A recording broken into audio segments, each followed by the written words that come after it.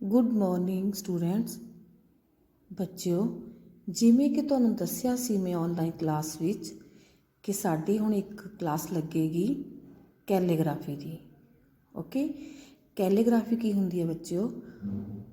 ਜਿਸ ਨੂੰ ਆਪਾਂ ਪੰਜਾਬੀ ਵਿੱਚ ਕਹਿੰਦੇ ਹਾਂ ਪੰਜਾਬੀ ਅੱਖਰਕਾਰੀ। ਮੀਨਸ ਸਾਨੂੰ ਅੱਖਰਾਂ ਦੀ ਬਣਾਵਟ ਦਾ ਸਟਾਈਲ ਕਿਵੇਂ ਰੱਖਣਾ ਚਾਹੀਦਾ ਹੈ। ਓਕੇ ਬੱਚਿਓ, ਸਭ ਤੋਂ ਪਹਿਲਾ ਪੁਆਇੰਟ ਹੈ ਸਾਨੂੰ ਮਨ ਬਣਾਉਣਾ ਚਾਹੀਦਾ ਹੈ। ਸੋਹਣੀ ਪੰਜਾਬੀ ਕਿਵੇਂ ਲਿਖੀਏ?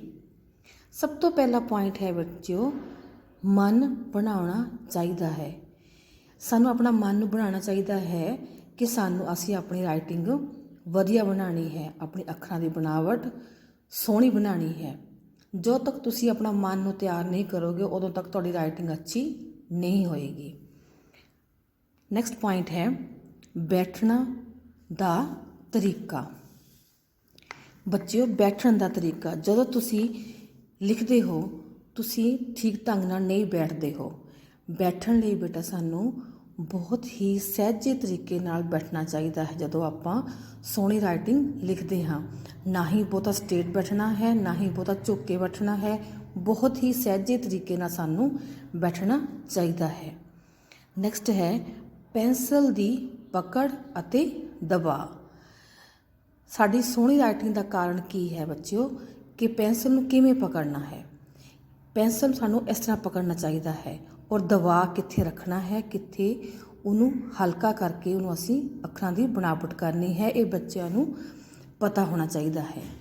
ਨੈਕਸਟ ਹੈ ਬੱਚਿਓ ਕਾਪੀ ਰੱਖਣ ਦਾ ਤਰੀਕਾ।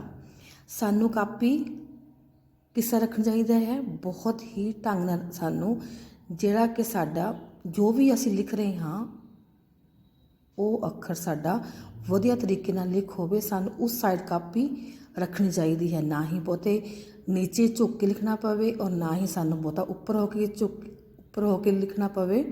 ਸਾਨੂੰ ਜਿਹੜੀ ਕਾਪੀ ਹੈ ਸਾਡੀ ਬਹੁਤ ਹੀ ਢੰਗ ਨਾਲ ਰੱਖਣੀ ਚਾਹੀਦੀ ਹੈ। ਜੇ ਤੁਸੀਂ ਨੀਚੇ ਬੈਠੇ ਹੋ ਤਾਂ ਕਾਪੀ ਆਪਣੀ ਗੋਦੀ ਵਿੱਚ ਰੱਖੋ। ਜੇ ਤੁਸੀਂ ਟੇਬਲ ਔਰ ਚੇਅਰ 'ਤੇ ਬੈਠੇ ਹੋ ਤਾਂ ਚੇਅਰ ਟੇਬਲ ਹੈ ਉਹ ਉੱਚਾ ਹੋਣਾ ਚਾਹੀਦਾ ਹੈ ਅਤੇ ਜਿਹੜੀ ਸਾਡੀ ਕੁਰਸੀ ਹੈ ਉਹ ਛੋਟੀ ਹੋਣੀ ਚਾਹੀਦੀ ਹੈ। ਉਸ ਤੋਂ ਬਾਅਦ ਹੈ ਅਗਲਾ ਪੁਆਇੰਟ ਹੈ ਅੱਖਰਾਂ ਵਿੱਚ ਦੂਰੀ। ਜਦੋਂ ਅਸੀਂ ਲਿਖਦੇ ਹਾਂ ਸਾਡੇ ਅੱਖਰਾਂ ਵਿੱਚ ਦੂਰੀ ਬਹੁਤ ਜ਼ਰੂਰੀ ਹੈ। ਡਿਸਟੈਂਸ ਗੈਪ ਸਾਡਾ ਬਹੁਤ ਜ਼ਰੂਰੀ ਹੈ। ਜੇ ਅਸੀਂ ਲਿਖਾਂਗੇ ਨਾਲ ਲਿਖਾਂਗੇ ਉਹ ਰਾਈਟਿੰਗ ਅੱਛੀ ਨਹੀਂ ਹੋਏਗੀ। ਜਦੋਂ ਇੱਕ ਅੱਖਰ ਲਿਖਣ ਤੋਂ ਬਾਅਦ ਸਾਨੂੰ ਥੋੜ੍ਹੀ ਦੂਰੀ ਜ਼ਰੂਰੀ ਹੈ। Keep 1 finger distance. ਇੱਕ ਫਿੰਗਰ ਦੀ ਡਿਸਟੈਂਸ ਤਾਂ ਬਹੁਤ ਜ਼ਰੂਰੀ ਹੈ। ਤਦ ਹੀ ਪਤਾ ਲੱਗੇਗਾ ਕਿ ਪਹਿਲੇ ਅੱਖਰ ਦੀ ਬਣਾਵਟ ਕਿਸ ਤਰ੍ਹਾਂ ਹੈ, ਦੂਜੇ ਅੱਖਰ ਦੀ ਬਣਾਵਟ ਕਿਸ ਤਰ੍ਹਾਂ ਹੈ। ਇਹ ਬੱਚਿਓ 5 ਪੁਆਇੰਟ ਹਨ, ਇਹ ਹਰ ਬੱਚੇ ਦੇ ਅੰਦਰ ਹੋਣੇ ਚਾਹੀਦੇ ਹਨ। ਆਓ ਸਿੱਖੀਏ ਅਸੀਂ ਕੈਲੀਗ੍ਰਾਫੀ ਅਸੀਂ ਕਿਸ ਤਰ੍ਹਾਂ ਲਿਖਣੀ ਹੈ। ਆ ਦੇਖੋ ਬੱਚਿਓ, ਤੁਹਾਨੂੰ ਮੈਂ ਕੱਲ੍ਹ ਕਿਹਾ ਸੀ ਕਿ ਤੁਸੀਂ ਇੱਕ ਨੋਟਬੁੱਕ ਲਗਾਉਣੀ ਹੈ ਇਸ ਤਰ੍ਹਾਂ ਵਾਲੀ। ਉਹਦੇ ਵਿੱਚ ਤੁਸੀਂ ਹਿੰਦੀ ਕਰਨੀ ਹੈ ਔਰ ਉਹਦੇ ਵਿੱਚ ਹੀ ਪੰਜਾਬੀ ਕਰਨੀ ਹੈ। 2 ਪਾਰਟ ਕਰ ਲੈਣੇ ਹੈ। ਇੱਕ ਪਾਰਟ ਪਹਿਲੇ ਪਾਰਟ ਵਿੱਚ ਪੰਜਾਬੀ, ਸੈਕਿੰਡ ਪਾਰਟ ਵਿੱਚ ਹਿੰਦੀ। ਓਕੇ, ਸਭ ਤੋਂ ਪਹਿਲਾਂ ਅਸੀਂ ਕੀ ਲਿਖਾਂਗੇ? ਮਿਤੀ, ਦਿਨ। ਜਿਸ ਤਰ੍ਹਾਂ ਅੱਜ ਮਿਤੀ ਹੈ 9 ਜੁਲਾਈ ਔਰ ਦਿਨ ਕਿਹੜਾ ਹੈ ਅੱਜ? ਸ਼ੁੱਕਰਵਾਰ। ਠੀਕ ਹੈ, ਸਭ ਤੋਂ ਪਹਿਲਾਂ ਹੈਡਿੰਗ ਲਿਖਾਂਗੇ ਪੰਜਾਬੀ ਅੱਖਰਕਾਰੀ। ਦੇਖੋ ਤੁਹਾਨੂੰ ਲੱਗਿਆ ਹੋਏਗਾ ਮੈਡਮ ਨੇ ਕਿਸ ਟੇਢੇ ਮੇਢੇ ਲਿਖੇ ਹੈ। ਬੇਟਾ ਇਹਨੂੰ ਹੀ ਅਸੀਂ ਕੈਲੀਗ੍ਰਾਫੀ ਕਹਿੰਦੇ ਹਾਂ। ਠੀਕ ਹੈ, ਕੈਲੀਗ੍ਰਾਫੀ ਮਤਲਬ ਕਿ ਤੁਸੀਂ ਜੋ ਲਿਖਦੇ ਹੋ ਊੜਾ ਐੜਾ ਉਹ ਗਲਤ ਨਹੀਂ ਹੈ, ਲੇਕਿਨ ਉਸ ਨੂੰ ਇੱਕ ਹੋਰ ਅੱਛਾ ਬਣਾ ਕੇ ਲਿਖਣਾ, ਉਹਨੂੰ ਆਪਾਂ ਕੈਲੀਗ੍ਰਾਫੀ ਕਹਿੰਦੇ ਹਾਂ। ਲਿਖਣ ਦਾ ਸਟਾਈਲ। ਓਕੇ, ਦੇਖੋ ਬੱਚੇ, ਤੁਸੀਂ ਇਸ ਤਰ੍ਹਾਂ ਤੁਸੀਂ ਊੜਾ ਲਿਖਦੇ ਹੋ, ਪਹਿਲਾਂ ਇਸ 3 ਬਣਾਉਣਾ ਹੈ, ਇਹਨੂੰ ਟੱਚ ਕਰਨਾ ਹੈ, ਇਹਨੂੰ ਟੱਚ ਕਰਦੇ ਹੋਏ ਉੱਪਰ ਜਾਣਾ ਹੈ।